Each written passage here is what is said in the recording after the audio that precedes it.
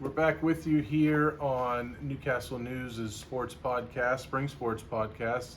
Newcastle News sports editor Ron Poniewasz is joined by our sports writer Cody Pattison from Odds and Ends fame. He just finished recording an Odds and Ends video, so you want to check that out. But for right now, we have the baseball pairings. They were released earlier today, Friday, and let's run through them. Cody, what do you say? Well, it's going to be interesting seeing a lot of 2A there. Laurel, Neshannock, Yeah.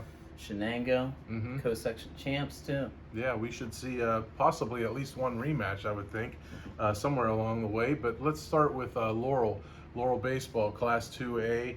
They started off. That's going to be the first team that hits the diamond, and it'll be Tuesday at 1 p.m. at North Allegheny. And the Spartans are the, I believe, 8 seed. That's an 8-9 matchup, and the Spartans are 9-6. Shadyside Academy is 9-6. That'll be 1 p.m. at North Allegheny High School. Tell you what, Gene DeGennaro, no matter where he's at, Union High School, Laurel High School, his teams are always ready to play. They're a gritty bunch, and I look for big things from Gene's Spartans this year. Yeah, they're always stacked, and even when they don't get the ball rolling, it seems that they always find a way to turn that around. In one case or another, Gene's very focused on that kind of aspect of, win, lose, we're still going to press forward. Well, now you got to put that to the test because there is no win or lose and press forward. Yeah, chronological time order, we go to Class 3A Tuesday. This is 2 p.m. at Highlands. It'll be Elwood City, which is 8-2 against East Allegheny, and East Allegheny is 11-5, and this is a 3A matchup here. And Elwood City is the 11 seed. East Allegheny is the 6 seed. Cody, you've seen Elwood City, I believe, this year. What have you seen from Chris Wise's bunch? Chris Wise's bunch is pretty good. I mean, you got the Roth brothers there. They're exceptional talent, especially with Joe Roth on the mound. He's always got a good arm there. You got Alex Roth. He can hit it, stuff like that. That's all really that I've noticed. They tend to be, like Laurel, kind of hard-nosed bunch of kids there on that team. Neshannock, which is 14-6 against Bentworth, a 10-5 squad. This is 3 p.m. also on Tuesday. First game of a twin bill at Chippewa Park, home of the Blackhawk Cougars. And Neshannock is a 7 seed. Bentworth is a 10 seed. So a very good matchup for Neshannock and a possibility for them to advance in the Class 2A bracket. John Calero, he's got a lot of key players, but it's going to be interesting come Monday, knowing that there might be losing Andrew Fry, who's a great, hitter and relief pitcher for the team. Yeah, and that doesn't affect his sister Addie Fry, right. as I found out last night when I was talking to Lady Lancer softball coach Jackie Lash, and that's great for the Neshannock program because for softball they have two quality pitchers now with Addie Fry and Abigail Meisel. Right. But in terms of baseball, Andrew Fry, and the other day I believe he says, you know what, I don't want to start today. Let's put somebody else in the lineup that can play, that we know is available and eligible, and that's a huge move from Andrew Fry. Yeah. He wanted it, and Calero talked to me. I covered that game, and they said they started changing up the lineup, because he said, just in case, you got to see what the lineup's going to be like without me. Yeah, maturity beyond his years, to make a move like that. And you love a teammate that goes above and beyond that. So I'm sure, if Neshannock did anything like the Pirates did in the 70s with Stargell Stars, with maybe Neshannock Lancer horses or something on their hats, Yeah. He'd get a few of those for that. That was a big time move by Andrew Fry for sure. Shenango, 14-4. Larry Kelly's squad, 14-4 against Fort Cherry. Again, Shenango is the defending Class 2A WPIAL champion and the state runner-up as well. Fort Cherry is 8-5. This is the back end of that doubleheader at Chippewa Park, so it's slated to start at 5:30. Hopefully that Neshannock game doesn't go extra innings and push that later, but tentatively 5:30 p.m. at Chippewa Park. Shenango, the Wildcats, they got a lot of key players. You got an ace pitcher in Tino Campoli.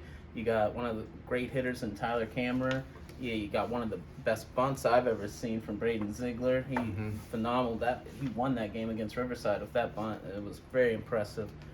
A lot of key players for the Wildcats. It's coming off of losing those first 2 playoff games at the beginning of the season. They've made it co-section champs, and now they're here at the playoffs, ready to go.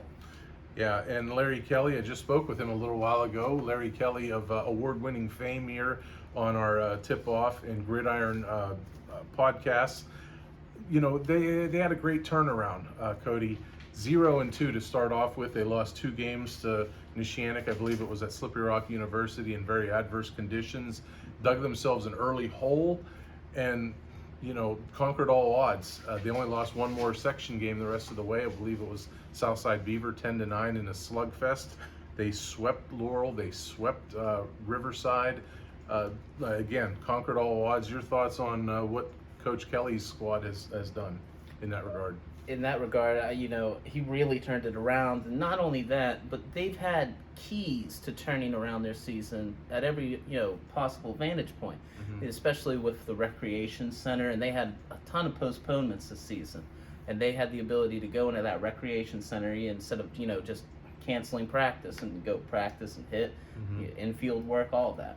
Yeah, Larry Kelly, you're an odds and ends expert, with your podcast. More of an odd or an end? He's more of the end to an odd, I believe. All right, sounds good. All right, we'll take your word for it. Mohawk in Class 3A. Mohawk 13-4 against Keystone Oaks, which is 5-10. This game is slated for Seneca Valley at 7 p.m. that night on a Tuesday night, and this is Class 3A. And we got Mohawk as the 4 seed, Nick Mariano's bunch against 13-seeded Keystone Oaks. Mohawk's had a really nice season this year. A lot of good players turning in great performances. Lucas Cummings, Mark Conti, certainly Cooper Vance, Jay Rona, J.C. Voss, Brady Harmon, I believe. They have a great team. Hopewell, if memory serves me correctly, they were the class of that section. But Mohawk, they were right there. I believe second place. Nick Mariano has his team playing very well. It's been a while since I covered a Mohawk game, but last time I remember, they just have fantastic bats. Sure. And that concludes our Tuesday games. We have one Thursday game.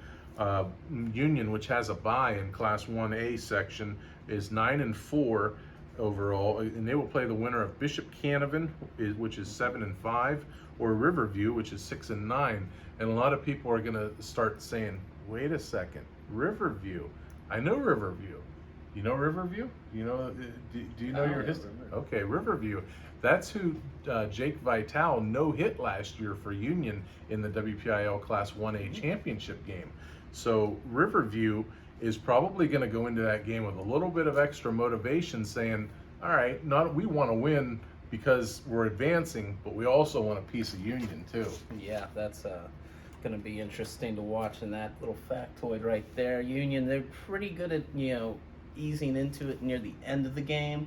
I feel like they'll have to, Bill Sanders talked about it before, and I feel like they're going to have to jump out and attack in those early innings to kind of ease themselves into the later on there. So we had 6 WPIAL qualifiers in the playoffs out of 7 county schools. Naturally, Wilmington competes in District 10. There's an obvious omission, and it's one that's certainly out of left field.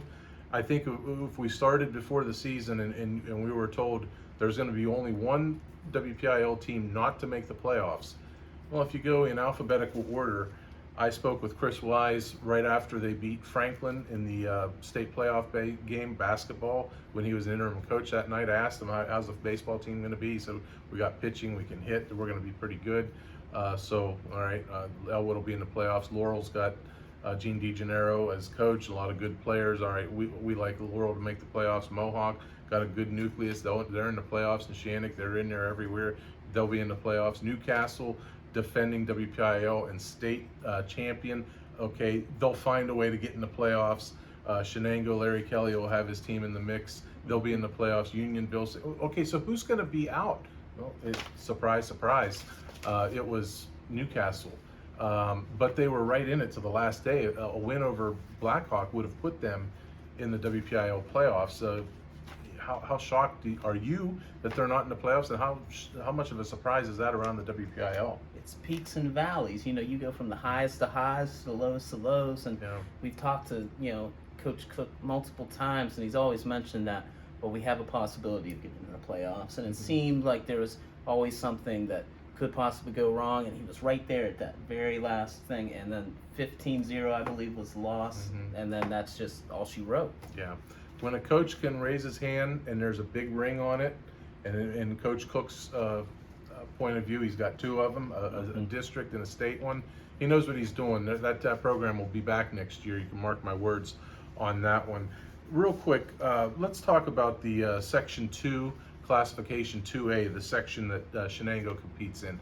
Shenango, Laurel, Neshannock, Riverside, all playoff teams. Southside Beaver contended, and that was a great section. Had Neshannock lost to Southside late in the season, that possibly gets Southside in, and Neshannock misses out, so they had to really bear down. And you had Shenango and Riverside both at 9-3, and I believe Neshannock and Laurel were 8-4. That's how balanced it was, and a lot of people will say that's the best section, maybe even in the WPIAL, and I agree. It's a great section. It might be the best section. However, there's two things that you kind of ease away from, and that's Aliquippa and Summit Academy. Does that deter from that being the best section when you can automatically look and say, win against that team? That's 2. Win, that's 2 more wins. Each team is more or less guaranteed 4 wins. You hear it in the press box when Neshannock's hosting 2 other teams like Laurel and someone else in the section, and they're scouting. You still hear it. You go, well, we got Aliquippa coming up, and they know for a fact. It kind of deters it in that sense because that there are easy wins, but at the same time, maybe something can break there with coaching or something, and then they become a contender. If you have more contenders, it's only going to make that section better. Yeah, what the WPIL needs to do, as this is a realignment year, is they have to break away Aliquippa and Summit Academy. You can't stack 2 schools like that are guaranteed wins against in one section. You have to put them in different sections. You just have to. I don't care what classification they're in, because that is a great section, top to bottom, with the exception of those 2 teams. You stop the talk at Southside Beaver. Those 5 teams battling for 4 playoff spots. That's great. That's great baseball. And here's a reason why. This is proof positive why that takes away from the section. When you look at Newcastle's baseball section, Newcastle finished at 3-9 in league play. There were 2 other teams, I believe Ambridge and Central Valley were 3-9.